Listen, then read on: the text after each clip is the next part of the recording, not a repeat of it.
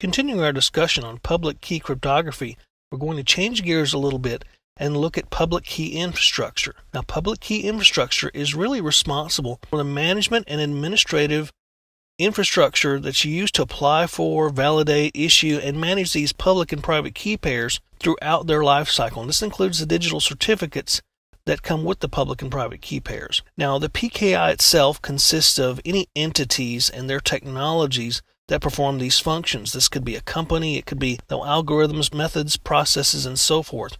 And they perform these management functions such as validating identities of people who apply for keys. They actually issue the keys out, and they manage them throughout the life cycle, including renewing the keys, suspending them if necessary, and revoking them if needed, and also expiring them at the end of the life cycle.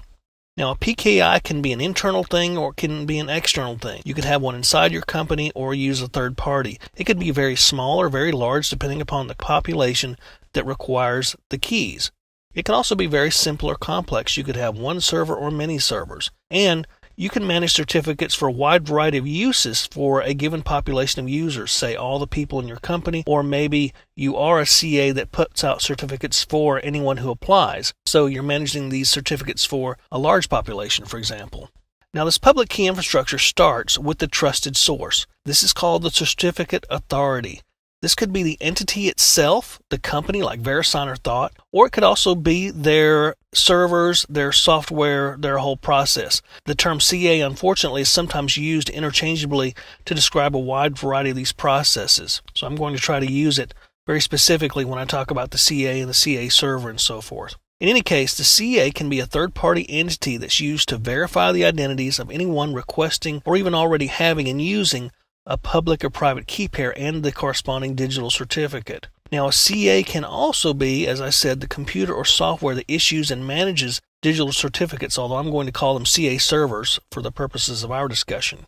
As I mentioned, these CAs can be internal or external. If you're going to have a certificate process that issues public and private key pairs and they're used within your company only and trusted only within your organization, then you can have an internal CA, and that entire infrastructure can be managed inside as part of your IT and security departments. Now, if you need someone outside your company to trust your certificates and your signatures and your public and private key pairs, you probably ought to go outside the company and get a third-party verifier. And there's plenty of them out there, and there's some big names out there, VeriSign and Thought, for example. They can issue certificates that your company can turn around and use to issue its own certificates out. But it's trusted because throughout the hierarchy of certificates, it comes from a trusted third party.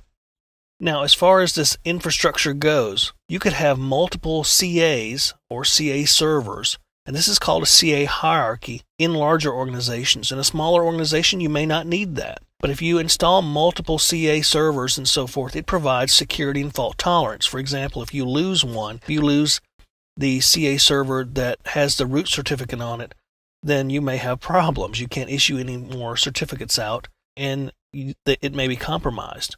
The first CA server installed in the hierarchy is called the root CA server, and it issues out the root CA certificate. All the other servers that come online afterwards are called subordinate CAs. And these root CA servers issue their certificates to the subordinates, or sometimes they're called intermediates.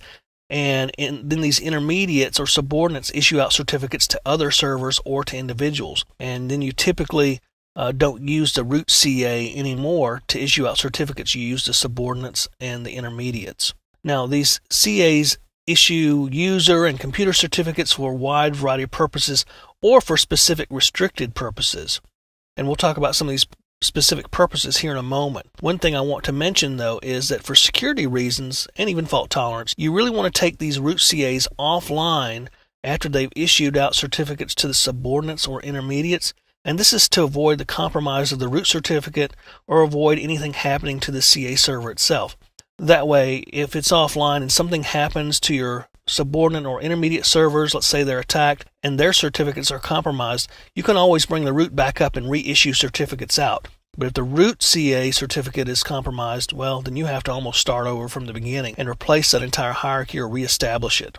Now, CA servers can perform the following functions. They can enroll clients and, in some cases, verify their identities. They can publish the digital certificates, And by that I mean send them out to the world, publish the public keys in a public storage online, and they can send out the private keys securely to individuals. They can also store public and private key pairs, and in some cases this is called key escrow. And key escrow basically means that a trusted third party will store securely your private key in case you lose it. There were some issues several years ago about the government wanting to be escrow for all private keys issued, so they would have all citizens' private keys stored, but obviously that did not work out.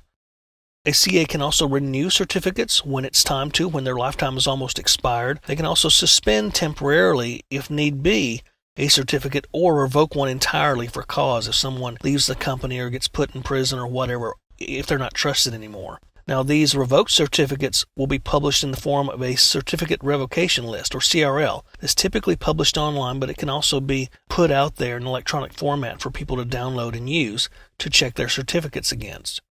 So this is kind of PKI in a nutshell. And again, you're not really going to need to know this whole thing for the exam. Some of it's basic information you need to know as a security professional, but you may see a couple of questions about PKI on there.